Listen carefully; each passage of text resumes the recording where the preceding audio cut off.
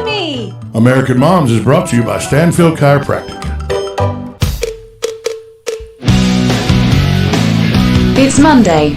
Not sure how you did it, but you actually survived an entire 2 days without hearing from Tom.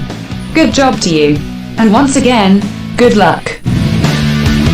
Welcome back to Ocala Monday.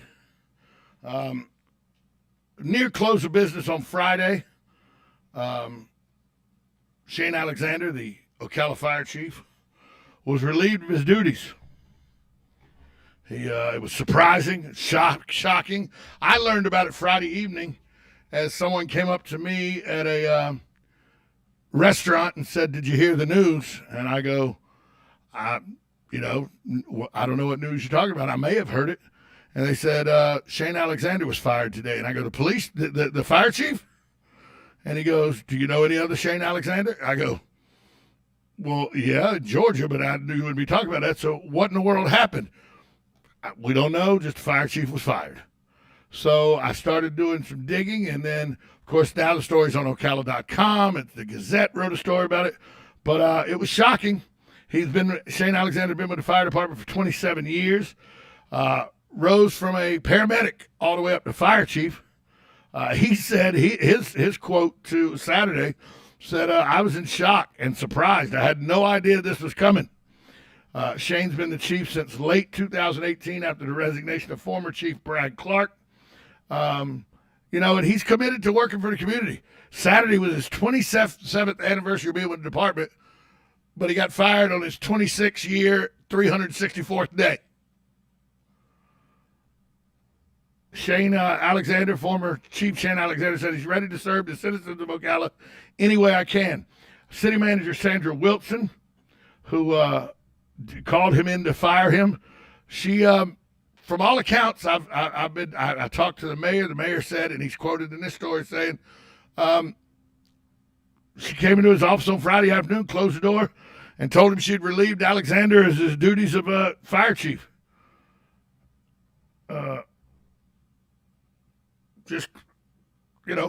Did she talk to anybody? Did she run this by anybody? And I know she's the city manager, so hiring and firing of people underneath her is her call.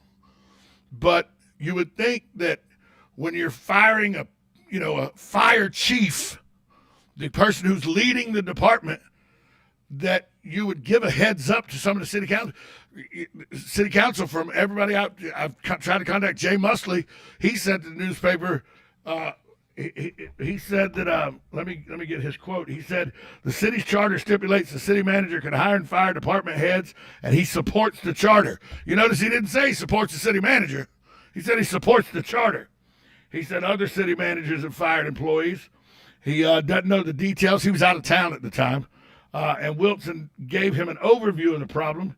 He said she told him Alexander was going to be fired on Friday afternoon. But he didn't want to talk about the conversation between him and Wilson. Okay, here's my problem. Just one of my problems. And we'll get into Sue Mosley, a political pundit. We'll be here at 9:30 to talk more about this. But here's my problem.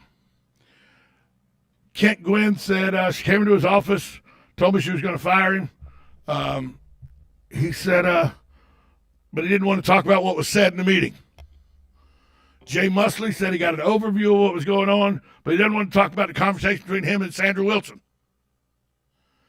Hello, she doesn't work. You don't work for her. She works for you. You don't get hide behind the cloak of, "I don't want to go into that discussion. She's the city manager. We respect the charter." No. You were elected to make the final decisions of what's best for this city. And you're going to tell me that you don't have enough control, that Sandra Wilson doesn't have to come to you and at least tell people, "Hey, here's my issue. This is what I'm planning to do," so you don't get blindsided, Jay Musley? And then you go on the record and saying, I support the charter. You didn't say you support the city manager. "I support the charter, but I'm not going to talk about this." Kent Gwynn, I talked to Kent yesterday. Kent, to the newspaper, said, it came as a shock to me. She told me about it, but I don't want to go into our conversation. Hold on. That's your damn job. I'm pretty sure that Irie Bethea, Brent Molliver, Matt Wardell, Justin Graybell, Jay Musley, and Kent Gwynn's job is to know when the city manager is going to fire the fire chief. I mean, I'm just a good old boy from South Georgia. I ain't that smart. But even I can figure that out. We're not talking about a level 3 lineman for OEU here. We're not talking about a park ranger. We're not talking about somebody on the sanitation department that picks up recyclables. We're not talking about somebody who, for the third time in a row, has come up with some lame excuse why they can't make work. We're talking about the fire chief of the Ocala Fire and Rescue Department. And a woman who relieved him of his duties. And the mayor is on record as saying, she came into my office and said, I fired Shane Alexander. I relieved him of his duties. And nobody knew? We're going to talk with Sue Mosley at 9:30. There's got to be more behind this than just an easy, well, I fired Shane, and here, I'm telling you about it, and we're going to move on now. Because everything I've known about Shane Alexander, he's come on the radio here, he's been forthcoming, he talks, he's open about everything. He seems to be doing a good job. I don't see a whole lot of houses burning down and everywhere. I know he's got a bunch of programs where he goes proactive, and they go into people's houses to help them with their smoke alarms and everything to try to prevent disasters. I mean, what could be so egregious that this man did? I hear that there's a termination letter. I want to see this termination letter and see what's so egregious.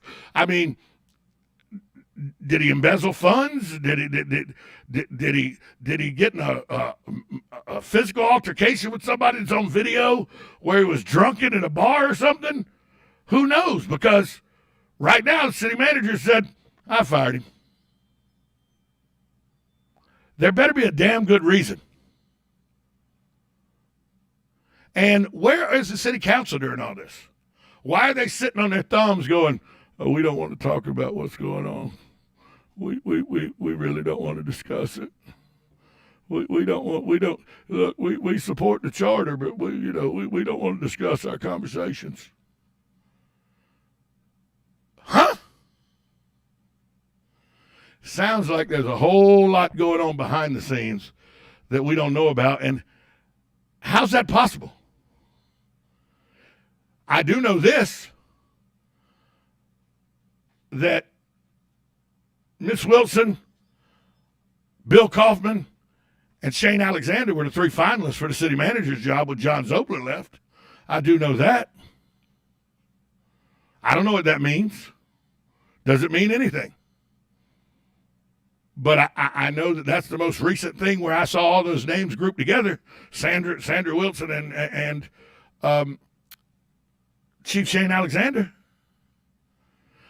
I know that 8 years ago when one guy ran for superintendent, he took Diana Green, Dr. Diana Green, and demoted her to principal at Pheasant Elementary, and took Wally Wagner, who had done amazing things with the bus depot, and demoted him, and we're still 8 years later trying to catch up on the bus issue. Is this another George Tommen moment? Who knows? I tell you who will know. Sue Mosley may have some answers. She's next, right here on 1370 AM, 96.3 FM. This is WOCA, The Source.